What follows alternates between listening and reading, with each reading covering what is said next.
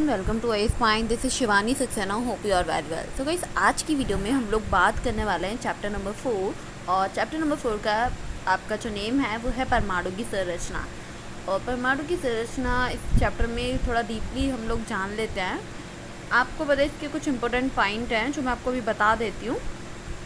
जैसे कि अगर बताया जाए आपको कि डाल्टन के जो भी आपका परमाणु है उसके सिद्धांत के अनुसार कुछ बातें कही गई हैं।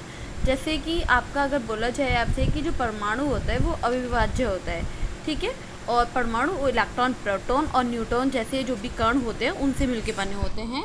कौन बने होते हैं? परमाणु बने होते हैं, ठीक है। अब परमाणु हम इसे कण भी कहा जा सकता है। और जैसे कि अब परमाणु कण के बारे में अगर आपसे बात करी जाए, जैसे सब एटॉमिक आपका जो भी पार्टिकल्स हैं, जैसे कि अगर इनकी खोज किसने की, मैंने आपको 3 नाम बताए थे, इलेक्ट्रॉन, प्रोटॉन और न्यूट्रॉन। तो इलेक्ट्रॉन की जो खोज करी थी वो जे टॉमस ने की थी।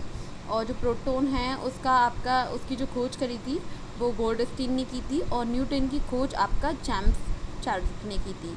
तो ये यहाँ पे आपको याद रखना है। अगर इसके आवेश के बारे में बात करी जाए कि इसका जो आवेश है मतलब चार्ज, तो ये 2 प्रकार से होता है, पॉजिटिव और नेगेटिव। इसके बारे में आपको बहुत अच्छे से पता होगा। जैसे कि आपका इलेक्ट्रॉन में जो होता है वो नेगेटिव चार्ज होता है। कैसे नेगेटिव? इसमें होता है आपका -1, ठीक।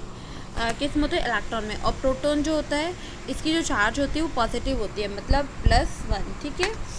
और जो न्यूट्रॉन होता है इसमें कोई भी चार्ज नहीं होता है, मतलब ये शून्य होता है। ये यहाँ पे आपको इजीली समझ लेना है। और साथ ही आपको ये समझ लेना है कि जो न्यूट्रॉन है वो एक ऐसा पार्टिकल है जो एक तरीके से उदासीन होता है।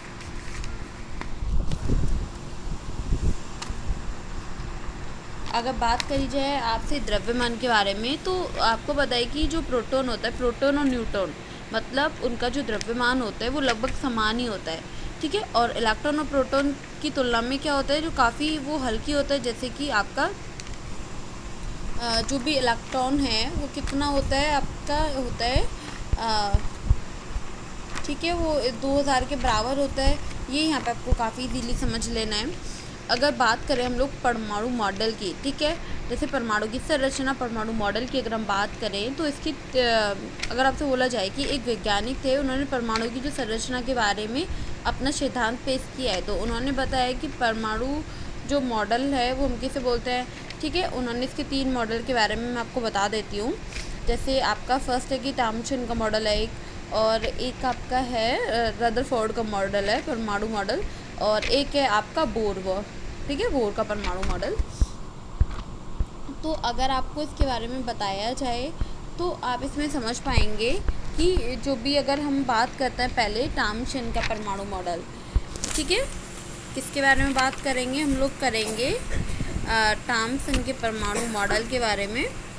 तो आपको पता है कि जो भी आपका जे टॉमसन है, तो उन्होंने परमाणु मॉडल का पेश किया, मतलब कि उन्होंने बोला कि परमाणु क्या होते हैं कि एक तरीके से धन आवेश में आवेशित होता है, मतलब आवेशित एक गोला होता है और इलेक्ट्रॉन इसमें होते हैं।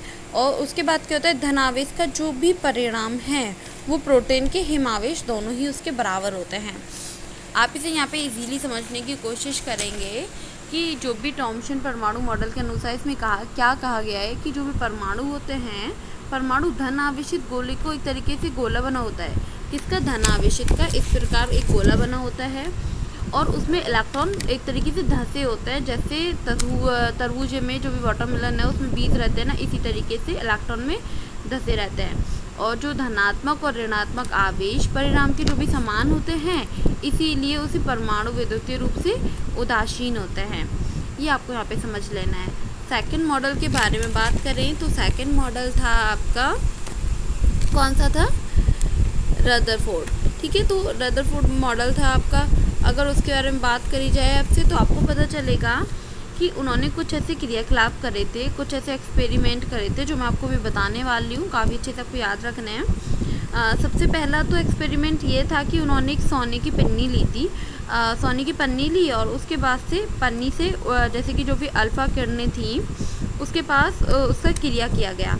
उन्होंने देखा कि कुछ किरणें एक तरीके से पन्नी के पास मतलब आगे पीछे हो रही है, या फिर कुछ ऐसे बिल्कुल पन्नी को क्रॉस करते हुए बाहर की तरफ जा रही हैं। तो अल्फ़ाकरण का एक तरीके से उनको कुछ तब उन्होंने ये एक्सपेरिमेंट किया तो उन्हें कुछ ऐसे बातों का पता चला, जैसे कि अधिकतर जो अल्फ़ा किरणें हैं वो सोने की पिन्नी से सीधा बाहर निकल गई थी क्रॉस करते हुए। जैसे मैंने भी आपको बताया, कुछ अल्फ़ा किरण ऐसी थी कि वो पन्नी के द्वारा बहुत छोटे छोटे कोण में एक तरीके से विक्षेपित हो गई, मतलब वो कोण को बनाती हुई सीधे वापस निकल गई। कुछ ऐसी थी जैसे कि बहुत ऐसी कम संख्या में ऐसे कण मिले जो एक तरीके से पन्नी से टकरा के वो वापस पीछे आ गए। तो ये यहाँ पे आपको समझ लेना है काफ़ी अच्छे से। अब इसका एक थर्ड मॉडल और रह गया है जिसके बारे में मैं आपको कल की वीडियो में बताऊंगी, मतलब नेक्स्ट वीडियो में मैं आपको बताऊंगी उसके बारे में। कोई भी डाउट रहता है तो आप उसे कमेंट बॉक्स में क्लियर कर सकते हैं। आज के लिए इतना ही, और कोई भी डाउट है तो प्लीज़ आप उसे कमेंट बॉक्स में क्लियर कर लेना। पदार्थों का आवेशितकरण, इसके बारे में भी मैं आपको नेक्स्ट वीडियो में बताऊँगी, और उससे पहले आपको ये अच्छे से लर्न कर लेना है। कहने का मतलब आप इसको अच्छे से रीड कर लेंगे ना, क्योंकि रीड करके क्या होगा तो मैं आपको पढ़ाऊँगी तो काफ़ी इजीली आपको ही समझ में आएगा। So thank you so much